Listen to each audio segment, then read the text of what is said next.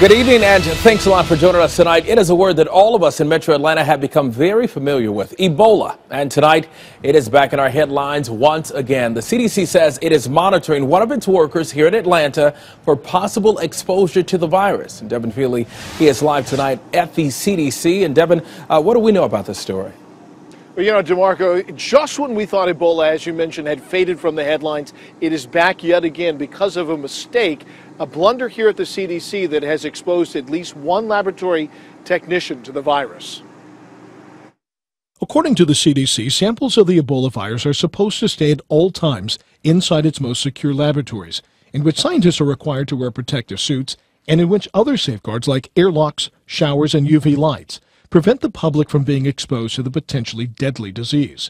But in violation of its own rules, the CDC says a small amount of the virus was transferred to a much less secure laboratory, one without many of the safeguards designed to prevent scientists and healthcare workers from contracting the virus. In a prepared statement, the CDC writes, "We cannot rule out possible exposure of the one laboratory technician who worked with the material in the Biosafety Level 2 laboratory." The CDC has launched an internal investigation into the mistake, but it's not the first time the agency has been under fire for its handling of its stockpile of some of the world's most dangerous diseases.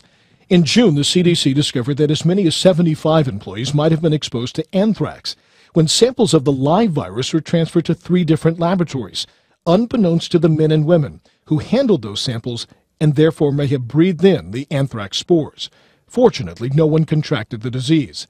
In the current case, the CDC writes, "We are, quote, monitoring the health of one technician who could have possibly been exposed. The safety of our employees," the statement continues, "is our highest priority."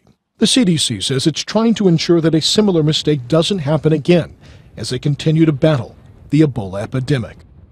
Now, the CDC says that lab technician is currently asymptomatic. He is apparently not under any type of formal quarantine at this point, but he is monitoring his health for the next 21 days. That is the typical incubation period for the disease.